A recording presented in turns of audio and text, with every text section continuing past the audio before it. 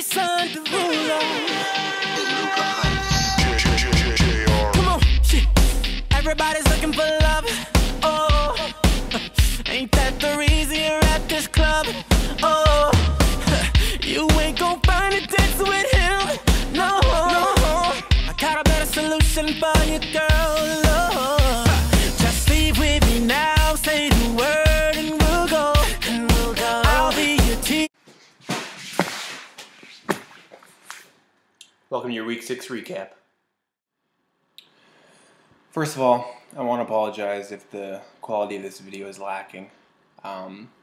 Understandably, pretty tired today because, as you can imagine, I was up all night last night watching playoff baseball. Can't keep that going. Obviously, yeah, up late last night watching the Denver Broncos play 2 games, one of which they lost 24-0, and the other one they won 35-0. Luckily, we only count the second one, and sitting pretty at 3-3, top of the division. Feeling really great about the direction this franchise is heading. I can't wait for the next 3 years with Peyton Manning. After that, God only knows. But the next 3 years are going to be awesome. Besides that, a crazy, huge week in our league. Someone won for the first time. Someone lost for the first time. Someone only scored about 58 points. Sorry. I need to stop bringing that up. Anyways, let's just get into it. Here's your Week 6 recap. Mike Shanahanigans versus Long Hair Don't Care. Finally, the day is upon us. Mike Shanahanigans wins it. They beat Long Hair Don't Care, and they don't just beat Long Hair Don't Care. Carson wins big, 152-80. That is roughly 72 points, and that's unbelievable. That is a huge, huge win for Carson, really getting his team rolling. And in order to commemorate this win, Carson actually made a press release before the week was even over. You know, I mean, this is like, you know, some player comes out midfield, end of the third quarter, and says, and I'm reading here, suck it, Ike. So there you go. Mike Shanahanigans is here, loud and proud. Fighting Sioux versus Mind Crimes. This game brings up a fact, which I've been trying to push for who knows how long. We need to start gambling in this league. So if anyone is willing to be a bookie for the league, I think that's what it's called, please volunteer, because I would have loved to put down money on number 11, Fighting Sioux, taking it to number 3, Mind Crimes, in order to pay off my student loans, because this was a huge upset. And I think one of the more prominent things to point out of this matchup is that Mind Crimes slipped from number 3 all the way down to number 6, which is a 100% decline. I'm not sure if that's how the stats work. But I do know this was a surprise, and it's going to be interesting to see how it impacts both of these teams for the rest of the season. The Brady Bunch versus Bros Before Shankos. First of all, I would not like to rescind my previous comments criticizing the team that the Brady Bunch has put together. I still do not feel as if they are a legitimate threat to any team in the top 3. However, I would like to acknowledge that the Brady Bunch is somewhat surprisingly in 4th place. And I would also like to comment on the fact that I may have prematurely suggested that Robert Griffin III is not going to be a successful fantasy football quarterback. I may have spoken too soon. Possibly. On the other hand, Bros Before Shankos, you were officially in a sophomore slump. So you and Cam Newton can go hang out by the water cooler, because the rest of us big kids are busy having a fantasy league over here. Alright? See you next year. Michael Swervin versus the Hypercats. That is literally about all I can think of to say about this game.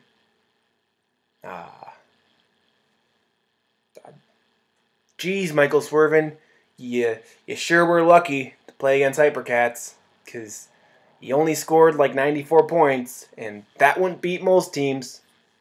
But you played the Hypercats, so you're lucky because they scored even less than that. Dallas Cowboys joke. I don't know. I think it's impressive that Jory started Andy Dalton over Tony Romo this game, and that wound up getting him like 33 points. The other hand, Hypercats, they got to figure out their quarterback situation, because when you're choosing between Kevin Cobb or Cam Newton, you might just want to think through that differently. I don't know. I'm really reaching now. Raging Marmots versus the Big T-Bowski. Now, first, the Big T-Bowski.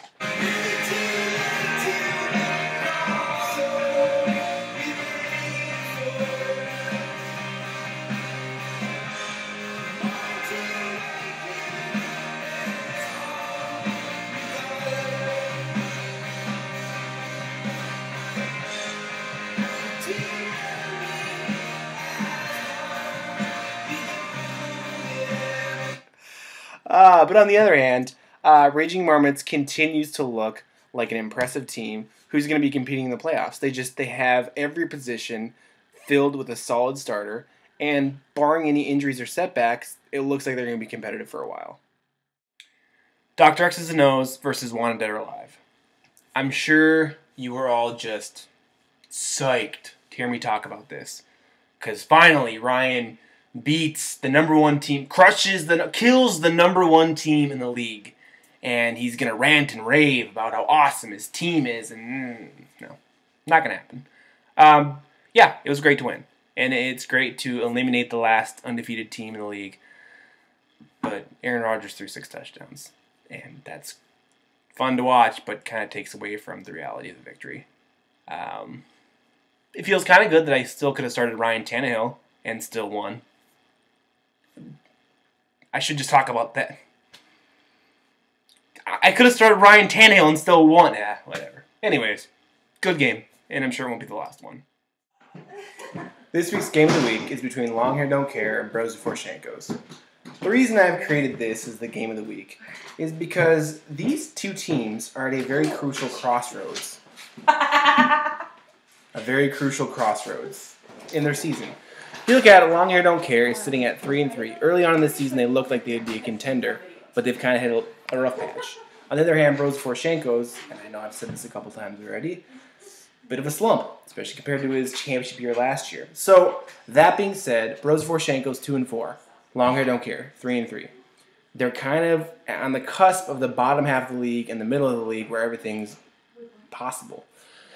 So, this is a big game for both of them. And right now, as it stands, Bros Before Shankos is actually predicted to win.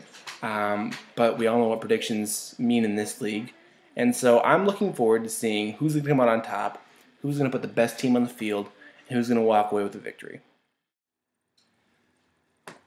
Next up in our 12 for 12 series is Wanted Dead or Alive, a.k.a. Kim Fenning.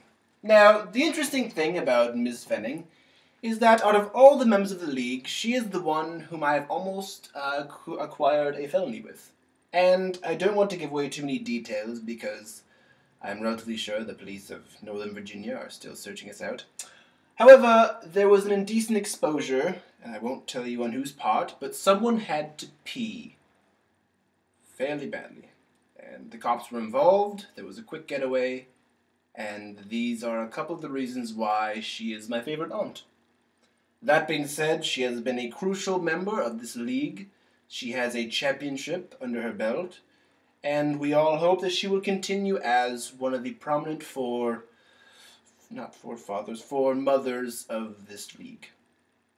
Without further ado, Wanted Dead or Alive.